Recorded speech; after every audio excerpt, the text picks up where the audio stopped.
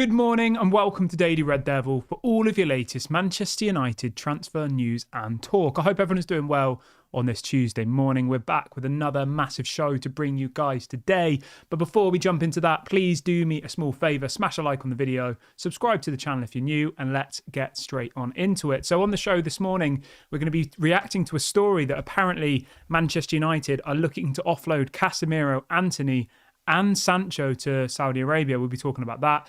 We'll also be talking about another story that broke this morning saying that apparently Ineos are lining up Roberto De Zerbi of Brighton to replace Eric Ten Hag. I'll be giving you my reaction to that, of course. Also, lots going on in the transfer window, so I'll be giving you all of the latest news, specifically on transfer-related matters, ingoings, outgoings, loans, signings. Are we going to do any business? Of course, we'll be talking a bit about that. But as always, guys, I invite you to have your say on all things Manchester United in the comments section. Let me know your thoughts on everything we discuss on today's show. And without further ado, let's get straight on into it. Let's start off with something to do with the kind of hierarchy, the board. Let's start with that. So the report this morning coming out from 2 or 3 different journalists here in the UK is that Sir Dave Brailsford now has his sights with a laser focus set on Newcastle's Dan Ashworth to be the new sporting director. I endorse this. I think Dan Ashworth would be an incredible coup for Manchester United. Obviously, we've got Omar Barada from Man City. Really, really excited about that. I think Dan Ashworth, Paul Mitchell. I mean, if we have that whole team that we're being told we're going to get, I'll be absolutely ecstatic. I really, really will. I don't want to get too ahead of myself because, you know, sometimes we get told these things and then bad things end up happening. But I think Dan Ashworth would be a great coup for Manchester United. You know, he's done a good job at Newcastle. I think if you just look through some of the players that he signed and for the amount of money that he got them for example, Trossard he got at Brighton. I think Trossard's a quality player. Lamptey, again, another player who is very, very good. Obviously, his most famous one is Moises Caicedo. He signed for only $4.5 million, and then a couple of years later sold to Chelsea for $115 million. He brought in Matoma. Again, an unbelievable player. He brought in Cucurella, who at Brighton was unbelievable. Yes, he hasn't done that well at Chelsea, but he brought in Cucurella for a really small amount of money and then sold him on to to Chelsea for crazy money. Brought in Isaac, he brought in Anthony Gordon, Sven Botman, Nick Pope, Livramento. Like, he's done really, really well at Newcastle. So he's definitely my number one choice for the director of football. If we could have him, Paul Mitchell as the head of recruitment, and then obviously Omar Barada as the CEO, I would be buzzing with that. I really, really would. But let me know what you guys think. Would you be happy to see Dan Ashworth as the new director of football, or is there somebody else that you would rather have? It does look like, I know obviously it's good to have your own opinion in football, but I think that Dan Ashworth will be the new director of football. If we could take Man City's chief operations officer, Omar Barada, to Man United, from the biggest rival from Man City to Man United. I mean, that's crazy, right? Then we can definitely go and get Dan Ashworth from Newcastle. I like Newcastle. I respect Newcastle. But, like, Newcastle are sat 10th in the league. They're having to sell most of their best players at the moment, it seems. You know, Almiron's going, apparently. Trippier might be going because they need to raise money. If you're Dan Ashworth and you're sat there thinking, I can either be known as the man who was pivotal to Manchester United's rebuild, or I can be known as the man who went to Newcastle with unlimited money. It's a completely different kettle of fish, isn't it? Like, to have on your CV that you were the director of football that changed Manchester United from a team that were finishing 6th or 7th to a team that won the league, like, that is unbelievable. So, I mean, if I'm Dan Ashworth, I don't even think there's any consideration personally. Like, again, I respect Newcastle. I like Newcastle, but you know, is there really even a question in his head? I don't think so. So I imagine we'll get him announced soon. Obviously, it doesn't really matter how quick it is because, from my understanding, he won't be able to just join immediately. They have to, I think, give about 6 months' notice, roughly. So if he was to give his notice now, he would come in the summer. Obviously, he could be working behind the scenes. Like, you know, he could be putting together lists of players and stuff. But, like, he wouldn't be able to be in an official capacity being paid by Manchester United until the summer. So it's the same with Omar Barada. I can't remember what they call it. It's got a name. an employment holiday or something. It's so ultimately, if you leave a company, you can't then go and work for a rival company within the same amount of period, because you could ultimately go there and tell them what they were going to do and say, oh, Man City are going to sign these players in the summer, let's sign them instead. So they have to kind of it's something like that anyway. So even if we, announce it now, he's not really going to actually be officially working until the summer. Stephanie Griffith says, if McTominay doesn't get moved on this summer, more misery ahead. We have to move on passenger players once and for all. I think that will happen. I really, really do, my friend. I think that a lot of those players who've been here for too long will be gone. I think McTominay will go. I think Maguire will go. I think Lindelof might potentially go. I think, Ian says it in the chat. It's called gardening leave. That's what the terminology is about when somebody leaves a company. They have to wait X amount of time. The correct terminology, thank you to Ian in the chat, is gardening leave. So even if we announce Dan Ashworth now, he was still won't be able to work in an official capacity until the summer. So that's how it all works. But I, at the moment, I'm feeling pretty positive. Maybe that's because we haven't had any football to watch over the last couple of weeks. I know that sounds a bit sad, but I start getting excited about the off-field activities. I get excited that, we seem to be making moves off the field. We're bringing in the right people. And then we play a game of football and I get dropped back down to reality again. So, yeah, obviously we play Newport County on Sunday. That's a massive game for Eric Ten Hag. I imagine we'll go and beat them comfortably. It's a League Two side, but if Eric Ten Hag was to lose that, who knows what will happen to him, really. I think it'd be very, very difficult for Eric Ten Hag to keep his job if he was to lose to Newport. There is some breaking news coming in the last 30 seconds. This has just dropped from a couple of very reliable sources. And the headline is this. Apparently Al Nassr are about to submit a bid for Aaron Wan-Bissaka as they're searching for a new fullback in the January transfer window. I mean, that has caught me by surprise. Aaron Wan-Bissaka to Saudi, apparently. Just to be clear, a bid hasn't been submitted yet, but that's what the story is saying, that apparently Al Nassr are preparing to submit a bid for Aaron Wan-Bissaka in their search for a fullback this January window. I mean, how much money would we get for Aaron Wan-Bissaka? I would say like 30 to 40 million would probably be about fair. Let's have a look. Let me know in the comment section, guys. How much would you sell Aaron Wan-Bissaka for? 26 years of age. Obviously, he's not in the England squad, so I don't really see why he'd have an issue with moving to Saudi. I mean, he's going to earn absolutely crazy money. We paid 55 million euros for him, which is obviously a ridiculous amount of money. He's not really played that much this season. I'm just having a look at his stats this season. He's played the equivalent of about 10 games total. And I think we've played about 25 games, 30 games. So he's only probably been playing about a third of our games this season. I like Aaron Wan-Bissaka. I think he's our best defensive fullback. But for some reason, Eric Ten Hag doesn't really seem to like him. I don't know why. Is it because he's not very good going forward? That's obviously a possibility. But yeah, let me know in the comment section, guys. Would you sell Aaron Wan-Bissaka to Al Nassr? That's the story that's just broke in the last couple of minutes. And if you were open to do that deal, how much would you think is a fair price? I would say, I would say somewhere around 30 to 40 million would be the kind of the minimum. I wouldn't sell him for anywhere less than 30.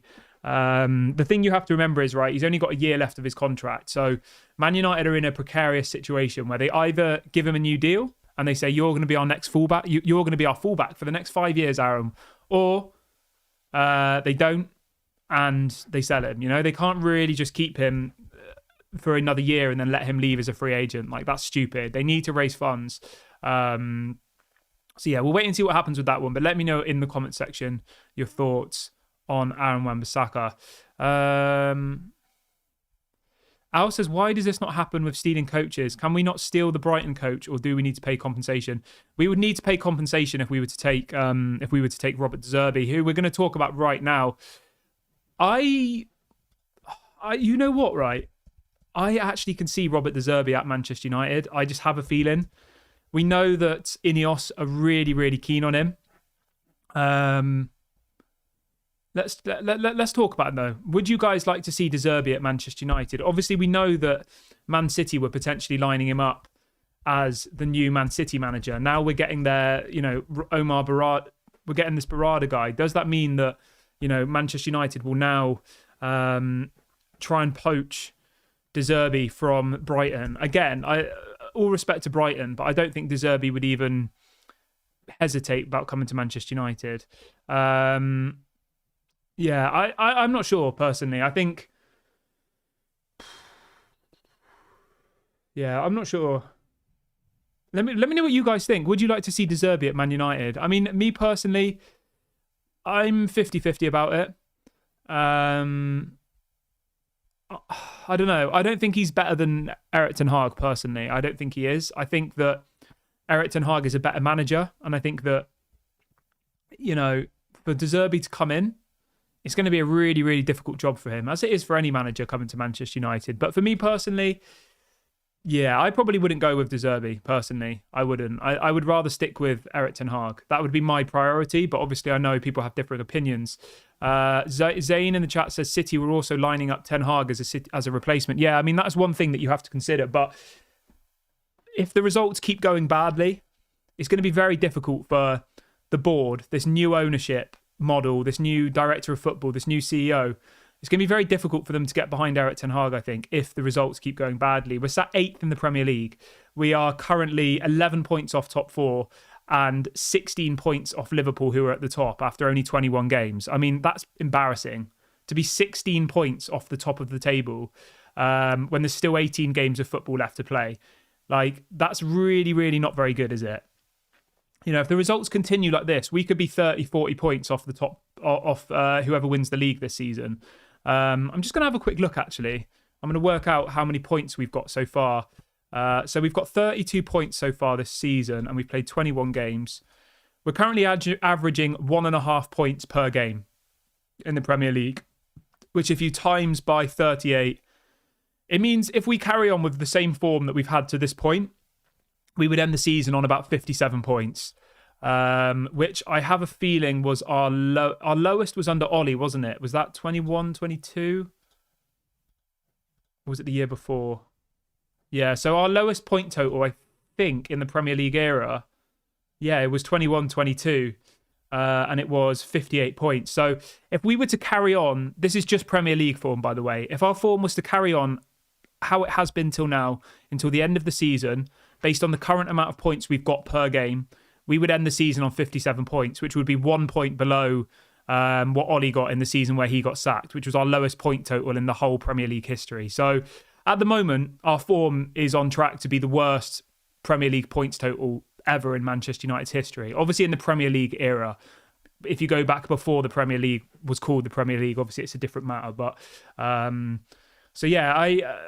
mean, even that season, though, when we got 58 points, we finished 6th, which is pretty crazy. I think it'll be way harder to get 6th this season. I think you'll need maybe 60, 65 points.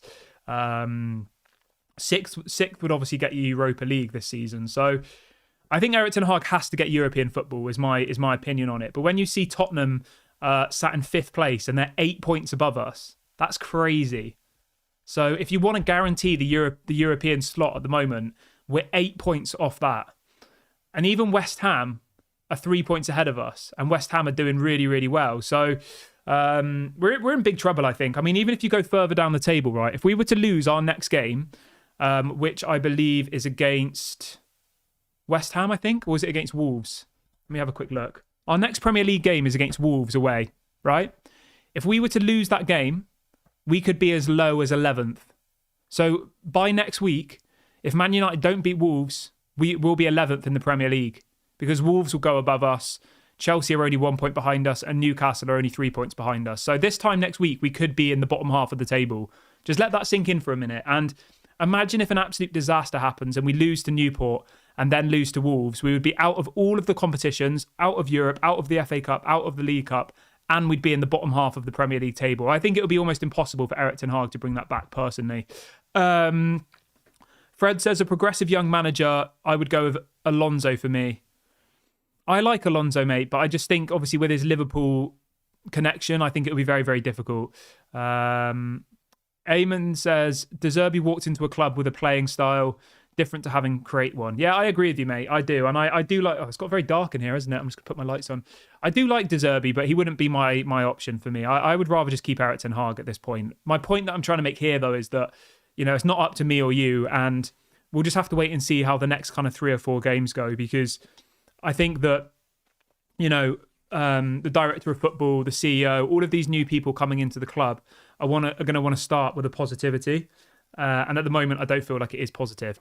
Anyway, let's talk a little bit about this Casemiro, Antony and Sancho story before we go back to some other bits. So the headline is this morning that apparently Saudi clubs have come forward in a hope to sign Casemiro, Antony and Sancho. Now, I can see Casemiro going. I could see Antony going. I spoke about this on the show last night.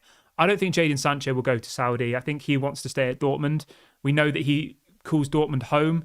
And I think that Dortmund will come in the summer and will buy him. Obviously, they're probably still being paid the £73 million, I think, that the transfer fee. Because the thing you have to remember, right, guys, with transfers is very, very rarely does a club get 100% of the transfer fee up front. It's usually kind of staggered over a number of years. So we only signed Jadon Sancho 2 years ago. My understanding of that deal was that we were paying Dortmund, I think it was 10 million a year for 7 years. So up to this point, we've probably only paid off about £20 million of Jadon Sancho's transfer fee when he signed from Dortmund to Man United.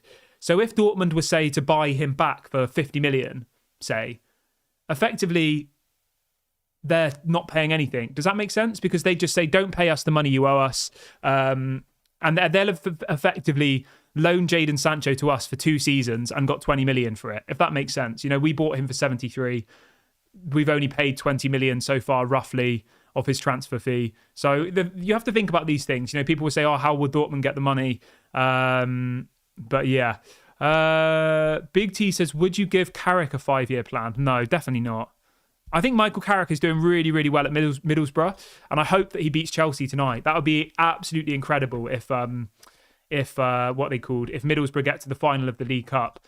I rate Michael Carrick. I think he's done incredible work at Middlesbrough. He's not doing as well as he was last season. He's sat 11th in the Championship. But for me, I would not be giving Michael Carrick the Man United job. Definitely not. I think that would be a terrible idea, personally. I think that's the kind of thing that the Glazers would have done, just to kind of play on the emotions and play on the heartstrings. But for me, we stick with Erik ten Hag at least till the summer.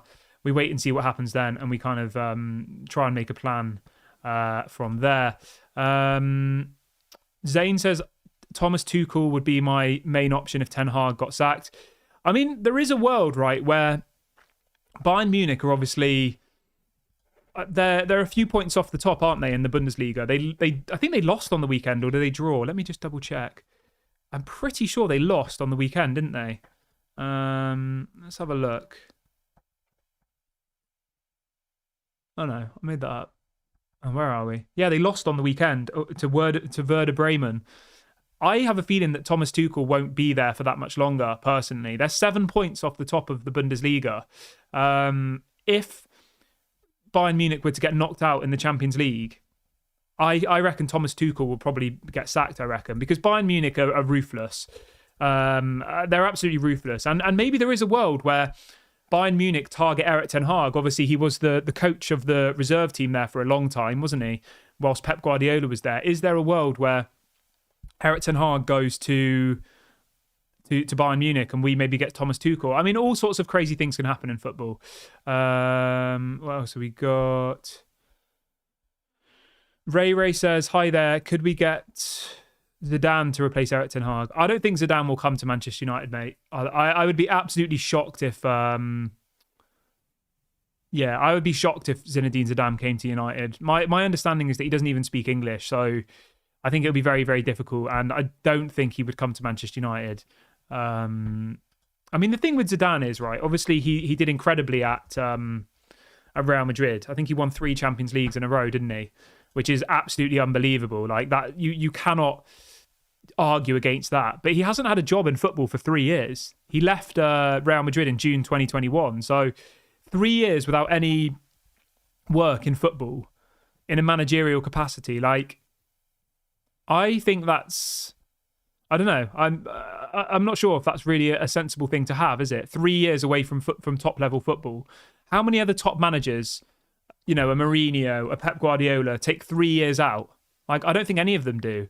And he's only ever done it with Real Madrid, which, like, I'm not saying that it's easy to do it with Real Madrid. Obviously, to win 3 Champions Leagues on the bounce with Real Madrid is absolutely unbelievable. But I think it would be pretty difficult for him to come into Manchester United and succeed personally, as it would be with any manager. David says I would take Carrick over Potter. I would agree with you there, actually, mate. I would agree with you there. I would rather take Michael Carrick over Graham Potter any day of the week, yes. Graham Potter would be pretty far down my list of managers. David says I'd rather take Carrick over Southgate. I agree with you there as well. Lumen says I hope Jim Ratcliffe sacks Eric Ten Hag and brings in Rooney. I mean, that for me would be the worst possible option. But yeah. Right, well, we've gone through everything that we've had planned for the show this morning, guys. I'm going to wrap it up here. Please do me a favour and like the video before you go. Please do subscribe if you're new. Have a good day, everybody. I'll be back live at 6:30 p.m. UK time for your evening show. If anything breaks, I will go live, so make sure the notification bell is on. Have a good day. Speak to you all later.